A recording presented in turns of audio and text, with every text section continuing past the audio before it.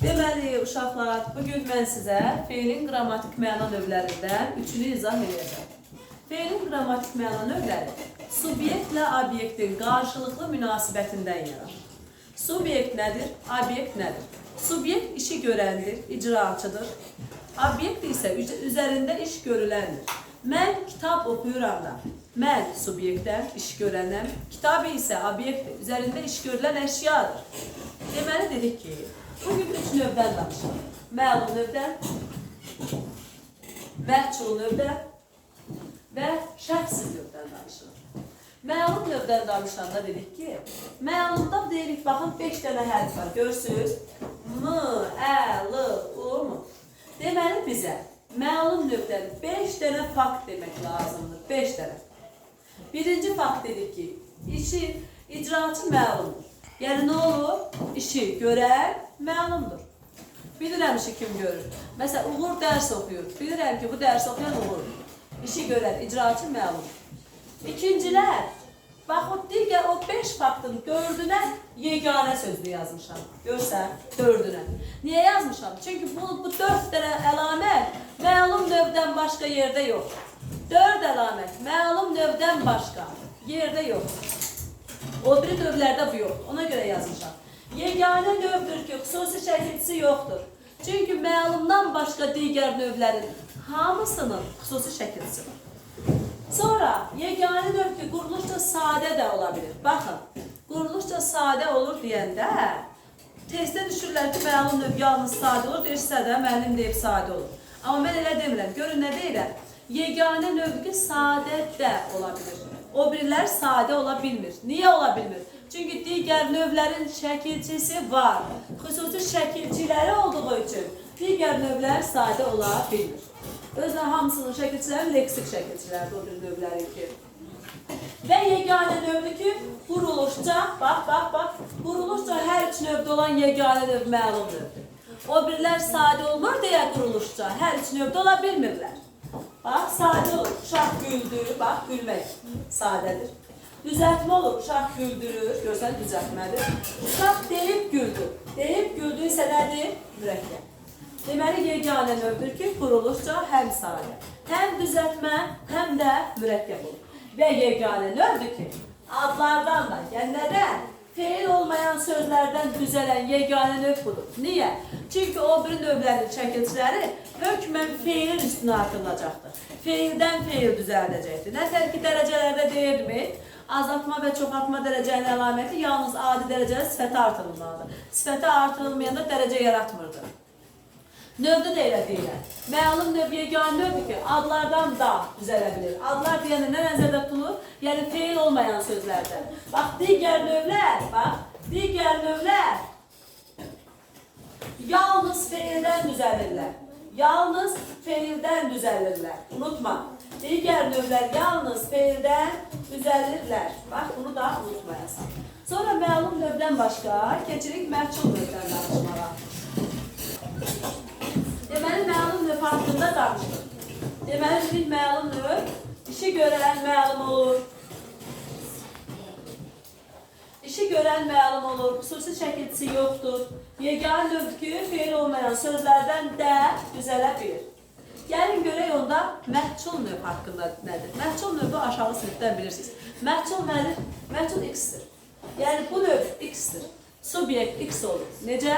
Bu növün xüsusi şəkilçisi yoxdur. Yəni, bu növdə işi görən x-dir. X. Deməli, məhcul növdə subyekt. Subyekt nədir? İş görən. İş görən. Məhcul növdə subyekt x. Bilmirəm ki. Subyekt işi görən məlum olur. Deməli, işi görən, işi icra edən məlum olur. Məlum deyil. Deməli, məhcul növdən nədir? Məhcul növdə işi icra edən bir x-dir. Məhcul. Məhcul dediğin nə deməkdir? X. Məhcul, məlum olmayan. Məhcul növdə işi icra edən məlum deyil. Məhcul növ, bax, feillərə, bax, unutma ha. Feillərə, görsən, o adlardan düzələ bilən bircə məlum uydu. Feillərə,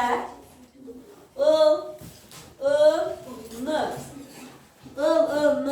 artırmaqla düzəlir. Artırmaqla düzəlir. Deməli, məhcul növ haqqında nə dedim? Dedim işi görən məlum deyil. Feillərə ıl-ın-na artın. Məsələn, deyirəm ki, qab yuyulur. Qab yuyuldu. Qabı bax, feilin üstünə ıl gəlir. Və bu qabı yuyanın kim olduğunu bilmirəm. Deməli, kimsə tərəfindən görülür iş. İş, məlum olmayan kimsə tərəfindən görülür. İş kimsə tərəfindən görülür. Qab yuyulur, su gətirilir, yemək yeyilir. Aha, bunlar məchul növdür. Uşaqlar, məchul növdən sonra nə deyirəm? Qulaq asın mənə. Məchul növdə subyekt olmur. Bax. Subyekt, yəni kim? İcraçı. Subyekt olmur deyə, olmur. Bax, diqqətlə qulaq as.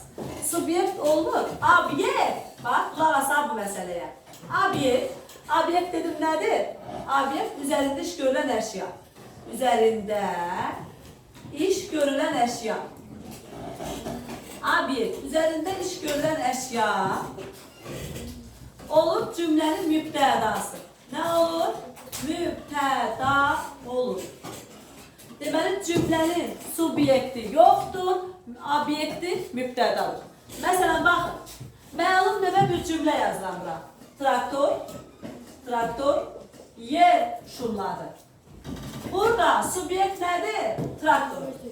Bu nədir? Subyekt. Amili gəlin bunu məhcul növ feylə çevirək.